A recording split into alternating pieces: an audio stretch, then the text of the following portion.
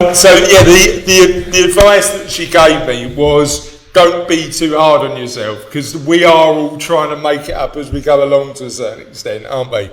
True, very true. Yeah, it's easier to get cross when you're busy and you're trying to do a full-time job. So I understand that. Yeah. So what I'm going to do before we start to talk to you and you tell us a little bit about your business and how you help people is just tell a couple of stories from my life in advice and how we've helped people, particularly in the last 10 to 11 years whilst we've been working in our own business and running Cervello. I've got three really short stories to tell, and I just want to sort of talk through them. I just want to explain to people the value of good quality advice and make sure that we're in a position where people understand the impact that advice can make, because sometimes it's difficult to understand. So what I'm going to do first of all is talk to you about one of my clients, Steve. I'm going to call all my clients Steve today, just to make sure that it's fully anonymous. I was going to write three separate names down, but we'll call everybody Steve. Steve came to us in his mid-50s, and he had a bunch of pensions. He had all of these pensions that he hadn't looked at for years. Now, what Steve wanted to do is get everything organised, make sure that he was in a position where he was ready for the next stage of his life, which he intended to start in his early 60s, and make sure that he had enough money never to run out of money again. So, like we do with all our clients, part of our job is to make sure we get all of the information from every single pension provider somebody might have. And when I asked Steve if he'd ever looked at his pension schemes, the answer was, I didn't think I needed to until this point in time. And to a certain extent, for a lot of people, that's true. However, the challenge we had with Steve is that on a lot of his older schemes, he was being charged quite a lot of money in terms of percentage charges compared to what he might pay now if it was more efficiently managed.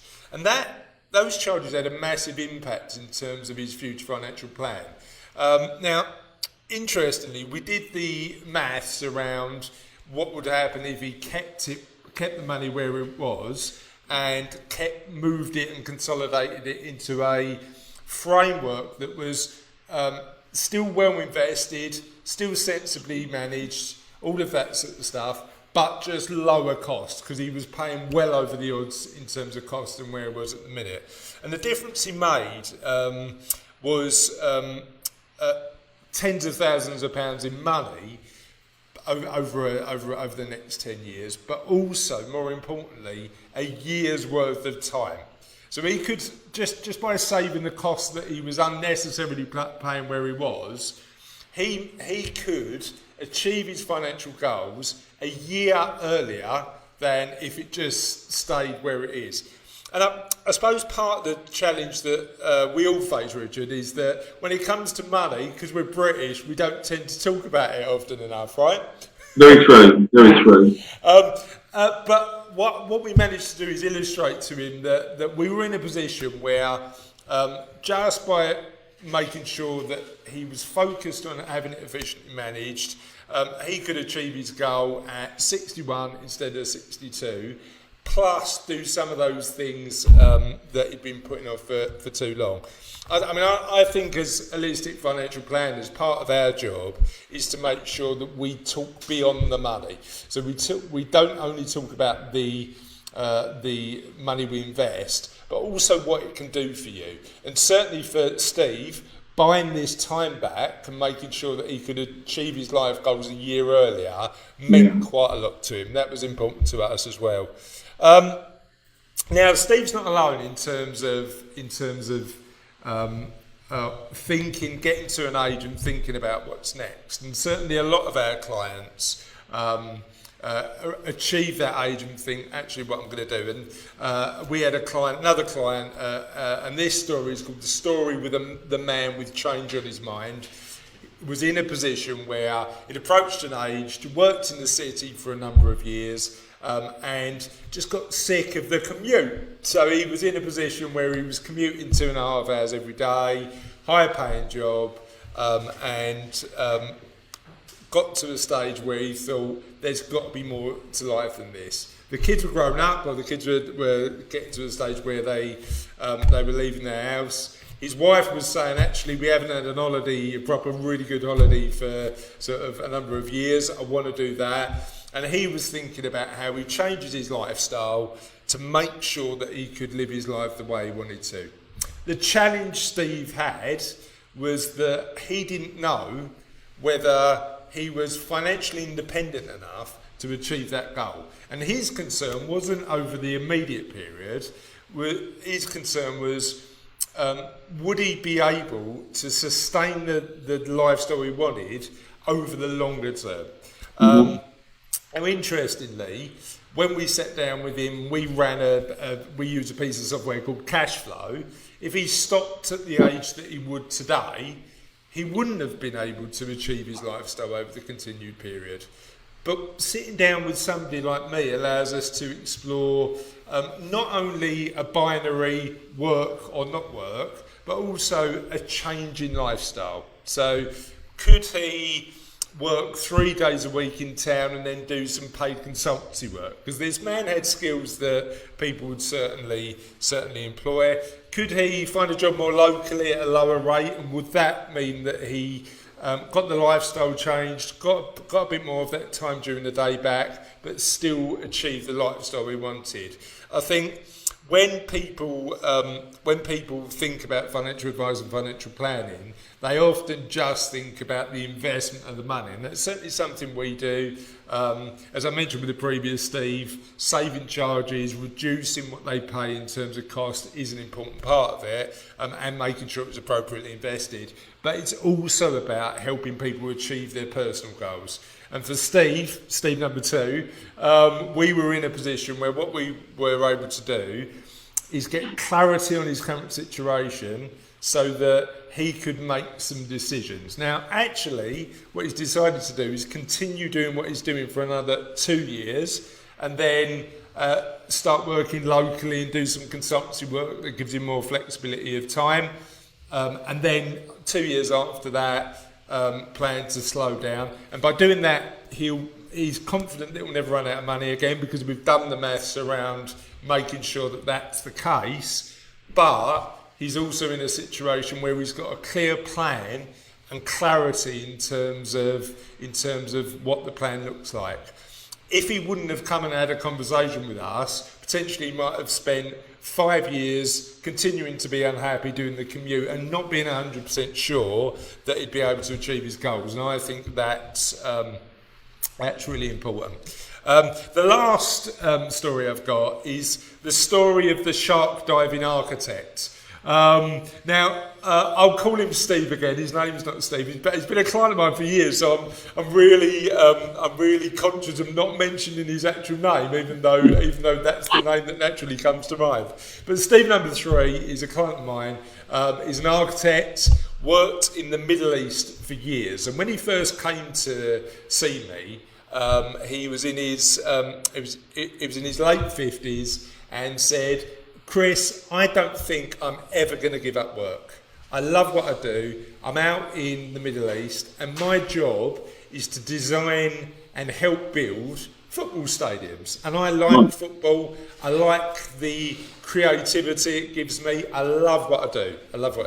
So Steve said, let's get organised financially, but I'm actually, as part of my plan, I want to include the fact that I'm probably going to carry on working. So I said, okay, I think what we do is this. I think what we do is have one scenario where you continue working and one scenario where we look at if you make the decision to stop work, only if you do that. If you're loving it and you're enjoying it and work's an integral part of your life, why not carry on? But if you make the decision to stop work, we know that you can afford to do it. So we did all the calculations. We had a really robust plan in place for Steve, and we found ourselves building the plan, and then him flying back to the Middle East and carry on doing what he was doing. 3 years later, we reviewed him every year, and it was business as usual for a few years. 3 years later, he comes back to me and says, Chris, they've changed my contracts, and I'm not building football stadiums anymore. I'm building tower blocks. And frankly, tower blocks aren't as inspiring to build as football stadiums. I said, well, look, we know we've done the maths around your plan, and we know that having updated your plan for today, you're never going to run out of money again. You're going to be okay. So why don't we look at what the other alternatives are? And through a conversation, coaching and exploration, we managed to work out that what he wanted to do is carry on working, but choose the projects that he wanted to. And we also realised that the part of the job that he loved was the travel. You know, the fact that he got to fly to the Middle East and work on exciting projects was the bit that he really enjoyed. And we had a lot of my review meetings are sort of money at the end, but talking about life for the majority of the meeting, including quite a lot of travel chat. So we talked about where we wanted to go. We costed those travel plans into the plan. And for a couple of years, he did some minor trips, but hadn't planned on any bigger trips. And last year, he came to me early last year, February last year, and said to me, I know you've been talking to me about doing some more elaborate trips because you've told me I can afford it and I'm not going to run out of money. I said, yeah. He went, I've booked shark diving off of an island in Cape Town. Now, Richard, this worried me a bit because I felt like I'd maybe nudged him in a direction that was a little bit dangerous. Do you know what I mean? Yeah, absolutely. But it was one of his life goals. He was in his sort of mid to late 60s now, and I was in a position where it was something he wanted to achieve. So I said, "Oh, great, okay. So help me understand. This is safe, right? Just because." I want to make sure that morally I haven't pushed you down. I mean, no, absolutely safe, no cage. And then, Richard, I'm starting to get worried again when he says no cage. Yeah, but apparently there's an island off of Cape Town where there's plankton-eating sharks that you can just swim with, and it's been one of his aspirations to do that. So again, as part of the review process, did the maths around what he intended to spend, and he could certainly afford it and still never run out of money again. And part of our ongoing planning process isn't only to make sure the money is managed sensibly on an ongoing basis, but also to make sure that people are achieving their life goals. You know, if you've worked hard all of your life, why not do the shark diving trip, or why not do that trip you've always been thinking of? And certainly that's certainly part of our job. So three, Steve. You've got one where the technical part of what we do as financial planners came into play, and we saved him a lot of money that allowed him to retire a little bit earlier. Number two, where we provided somebody with the visibility they needed to make some important life decisions and eventually stop losing that 2 hours worth of time every day on that commute. And the third, Steve, where we've worked with him for years, and our job is to empower him with the knowledge that he'll never run out of money again, to start living his life the way that he wants to live it. And I thought those three stories were illustrative of the work that we do over and above just investments and pensions. It's about having those deeper conversations. Richard, thanks for bearing with me on that. I hope those stories were useful. Tell me a little bit about you. Right, Chris. So I'm a financial professional of about 15 years now, and time does fly very quickly. At the start of the journey, I ended up in kind of a back office role, an accounting function, so partly qualified there.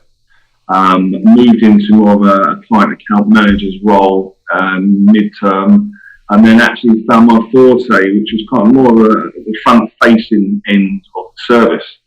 So transitioned myself into a relationship manager role in one of the banks up in London. Okay. In that relationship manager role, I had a great opportunity to branch out into other areas, and I pulled in the CMAT qualifications. I ended up working for the company's mortgage section, and then it progressed ultimately into broking, and then where I am now is obviously doing the equity release things. Family-wise, I've got 2 little ones. I have a daughter called Sophie as well, so Snap. She's 10. And I have a son called Luke, he's 6. So they're the ones I've been homeschooling for the last 3 months.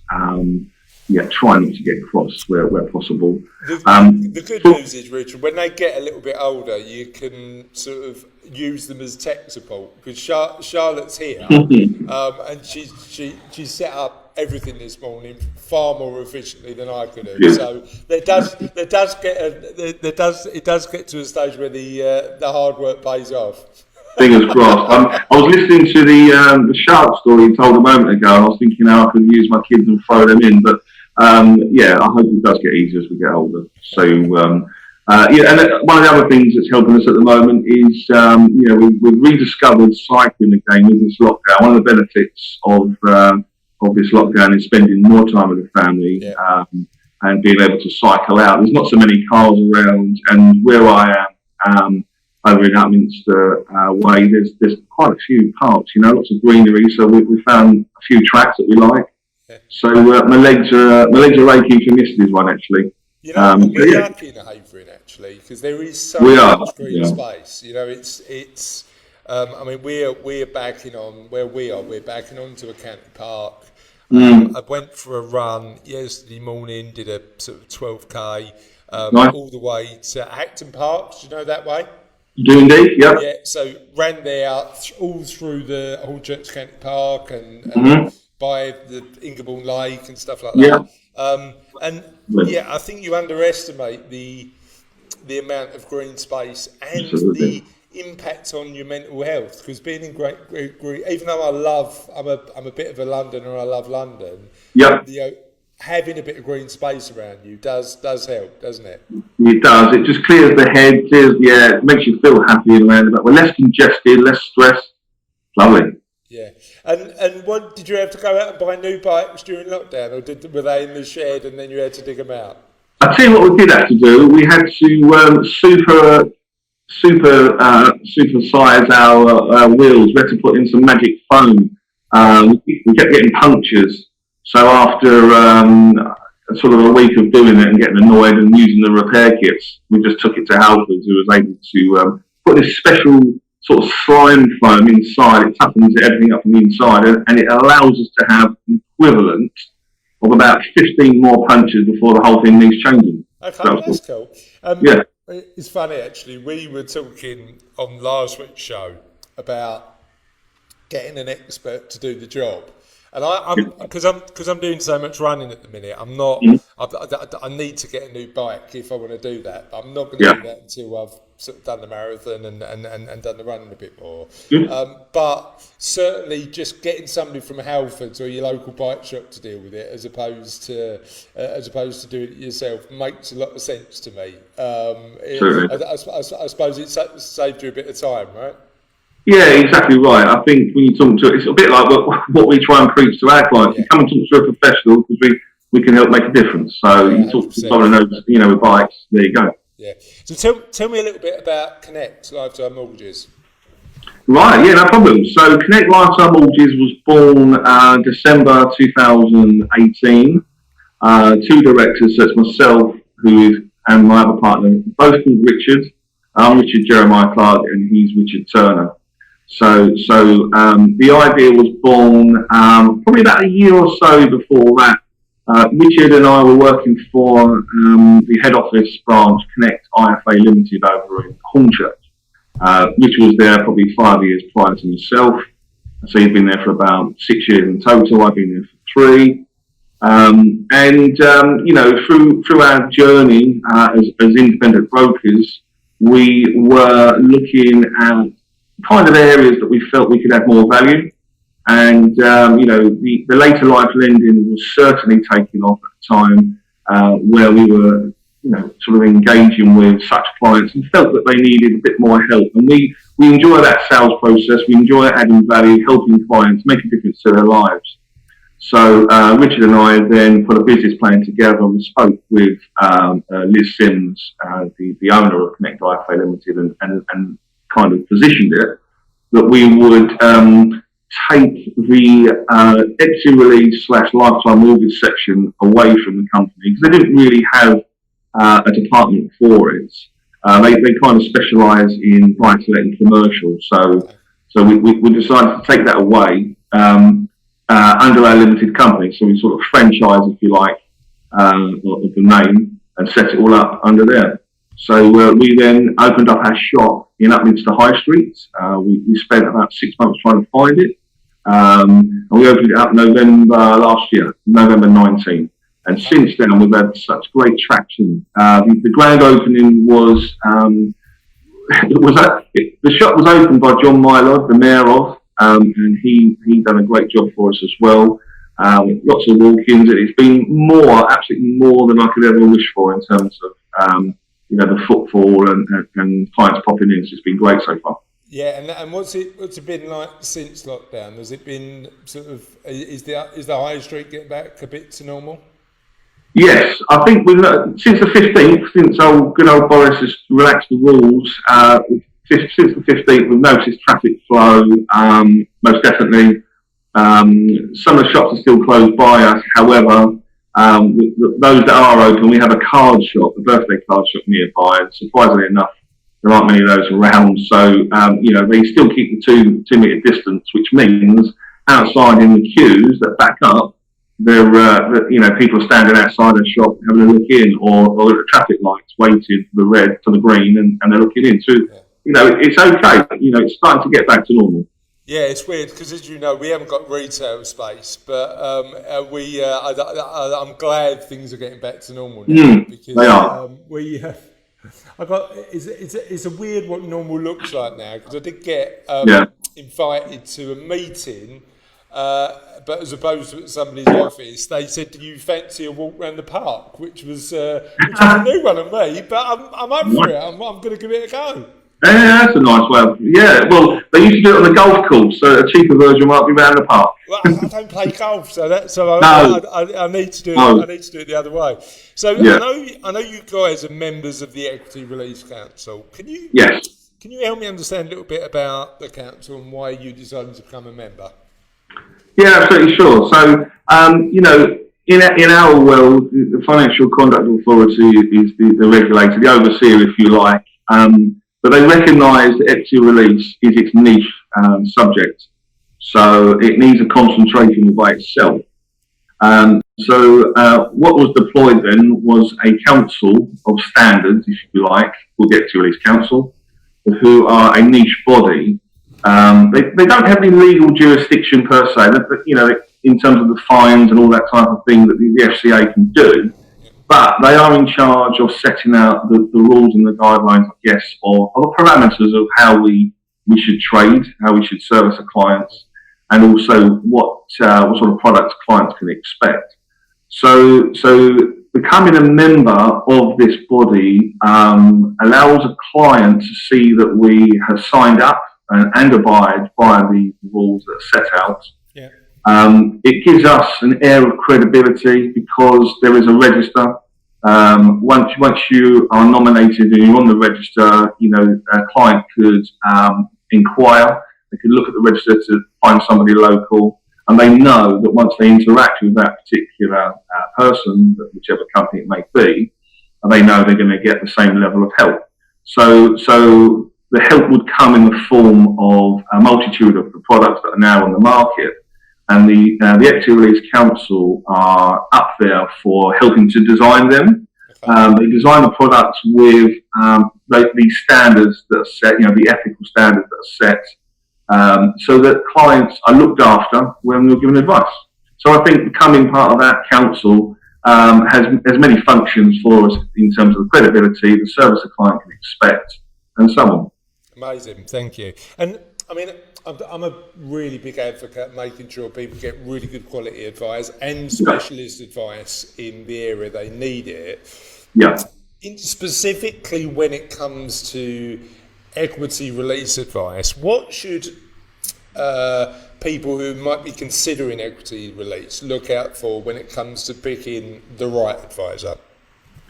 Yeah, so I think picking the right advisor, you need to make sure that they have got the qualification. It's a regulated role now, so we as a mortgage broker, we would use a CMAP qualification to give advice on residential, for example.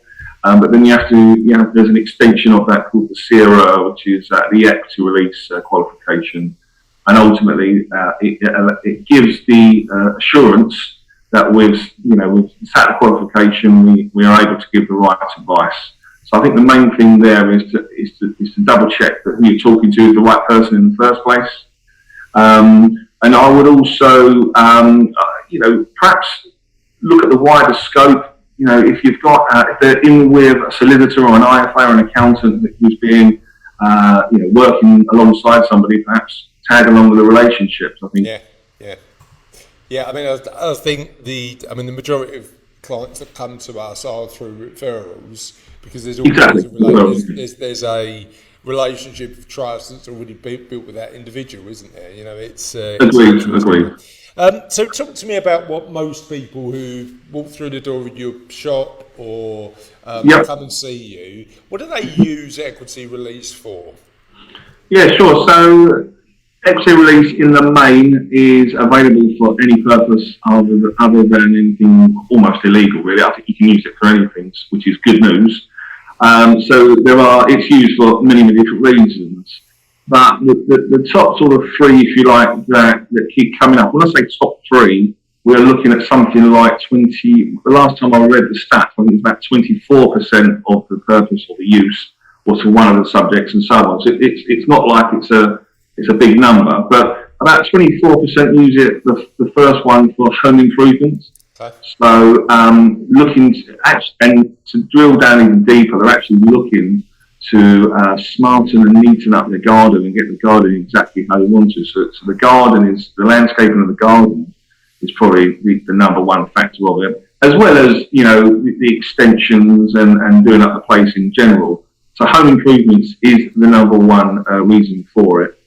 The other two, the second one is gifting to family members / friends, but family members. In these uncertain times at the moment, we have seen as well an uplift in this particular purpose. And this could be for offspring, it could even be for grandchildren, where businesses have been hit, especially the self-employed. They don't have the level of income. It might be that the debts were high originally and now they can't service them for whatever reason. This idea of bank of mum and dad also extends into the equity in the property. So we are seeing sort of parents or grandparents gifting money to their offspring and so on. And then the third one, the traditional option, what we're seeing a lot of is the interest-only mortgage that needs to be paid off. So we are seeing families getting to the late 60s and some occasions after an extension has been agreed, the early 70s, and still have a hefty mortgage to pay off.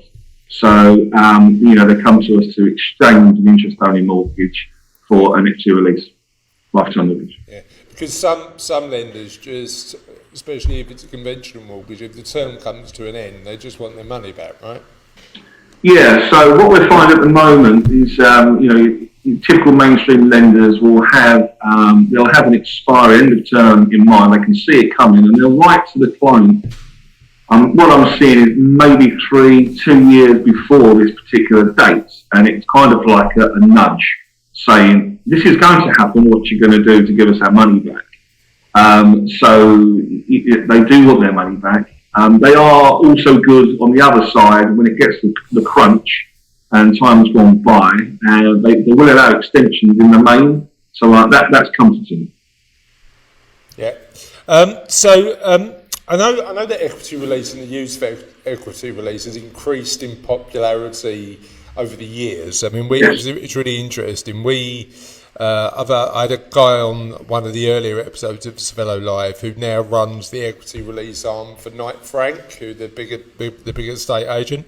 Yeah. And and involved in all sorts of things property. And I've Yep. known him for 15 years, and he's been in the equity release space for that long. But 15 years ago, nobody had ever heard about equity release and using it. And I think there was a lot of fears, and certainly the available products that were available weren't particularly right for many people.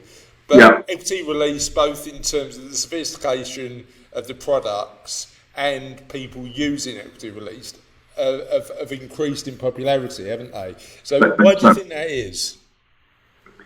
I think there's probably a few reasons for that. The first one, as we talked about earlier on, is the Equity Release Council. Having a body, a single body that specialises in this protection, this area, it allows a client to firstly have somebody to talk to if there's any problems. It almost, somewhere they can go to if they need more information about it, and also somebody to go to they know that's going to have some kind of say-so if there's any kind of problems.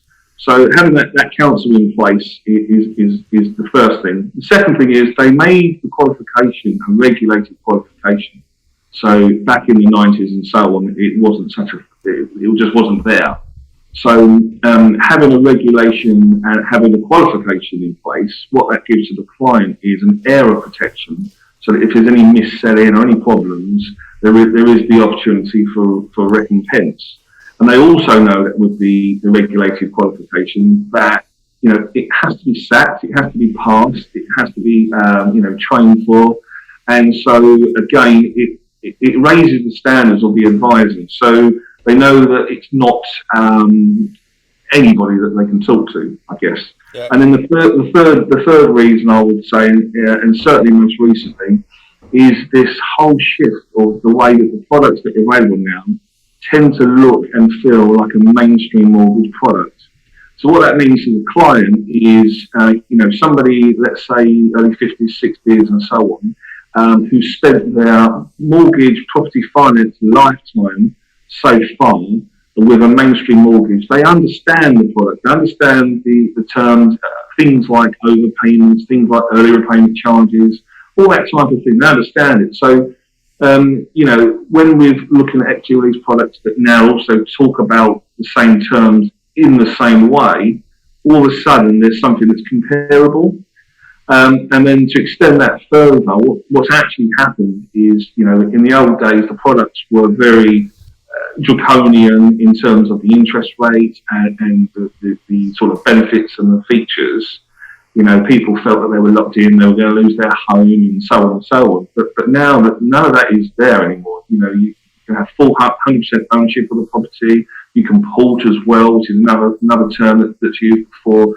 So there's all sorts of fantastic features and benefits. And the rates now, as a headline interest rate is going to be something like 2.6, 2.7% fixed for life, which is absolutely amazing. It really is. But equity release might not be right for everybody, right? So it is true. Yeah. So there's a flip side. Who might equity release not be right for? Yeah. So on the flip side, as part of our discussion, what we look at for somebody typically who would be firstly able to afford a mainstream mortgage, somebody's got a strong income, somebody has an income, we would look first and foremost to see if they would fit in the normal mainstream arena. One of the benefits that coming to Connect Life to Mortgages has is that both Richard and I have worked in the industry in the mainstream world, so we know how to deal with the mainstream mortgages. If it doesn't fit, we can move it across. So if someone's a strong earner, we can say to them, look, it might not be right now because there are better deals, better functions, interest rates and so on available. And let's talk at a later stage. Somebody also that's potentially, equity release is available to those that are 55 years of age and over. But at 55 years and over, there are many, many mainstream mortgages that are available. So it might not necessarily be right to tie someone in fixed for life at the age of 55, especially when you have somebody who is going to choose to do a rolled up method, instead of servicing the interest. Yeah, well, I mean, I suppose the challenge you've got there is the fact that if they're not paying the interest off, that interest gets compounded, and then Correct. they start paying interest on the interest. Now, Correct. at 70 odd, that may have less of an impact, but at 55, it certainly will. Absolutely, and we show the graphs so the clients can see what that looks like over the course of 25 years and onwards. And it is a bit of an eye-opener, so it's certainly one area to sort of be cautious of. And the other thing is, if anybody's got a quirky property, what we're finding, most of the deals tend to not fall out of bed because of the client, not because of their personal circumstances. It's actually that it falls out of bed because of the property. The small little things like having solar panels or a swimming pool, or maybe concrete panels, or asbestos in a roof, or a flat roof, anything like that can really knock the deal. So that would also make it not right for the client as well. Okay. And what other factors do people need to bear in mind when thinking about equity release? Yeah, so definitely the qualification of an advisor, but I think also one of the key aspects I've seen is to make sure that you've got a great conveyancer, a good solicitor on side, somebody that's on board that understands the product and the industry of equity release, rather than somebody who is kind of perhaps still uneducated to a point, or doesn't understand it, doesn't like it, and is not really going to be the right sort of person for them. I think if you've got a good, strong solicitor in this profession of equity release, they will sit down, give the independent legal advice, run through the contract, run through the terms, make sure that the client understands everything, and that in it alone is worth its weight in gold. Yeah, absolutely. Well, it's like anything, isn't it? You want a specialist. You want somebody who's good at that sort of thing. Okay, so that's amazing. Thanks for coming on and joining us today. Can you just give us a bit of an insight about where people can find out a little bit more about you? Yeah, no problem. So firstly, we have our website, which would be the www.connectlifetime.co.uk. So we've got that set up. There's a couple of biographies about Richard and I, so they can find out a bit more about us. Now, one question on those bios, because I read them yesterday when I was setting up your questions. Yeah. Are they self-written, or did you write each other's? Or I do like the fact that they've got a bit of personality about them. They are quite funny. That's our stance, to try and kind of get across to anyone. Funny enough, we did have a client who heard we've got a radio advert out at the moment, and he heard it, and he looked at the website, read the bios, and said, "These are my guys." And he phoned us up. So I don't know if that's a good thing or a bad thing. Where's your radio advert going out? So the radio advert is currently on Time FM, 107.5 FM. Okay, cool. So they find you on the website and anywhere else online? Yeah, so we're on LinkedIn. If you search for Connect Lifetime Mortgages on LinkedIn, in fact, all the socials, Twitter, Facebook, and LinkedIn, we're there. Just type in the name Connect Lifetime Mortgages.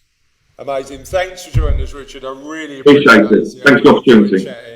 And thank you to you, if you're watching live or you're watching on catch up, for watching. I hope that it's been insightful. Feel free to come back to us with your comments, suggestions, questions, but also about the guests that you want us to interview in the future. So we've got guests lined up throughout July. We're probably going to be taking some time off in the summer, but back in September.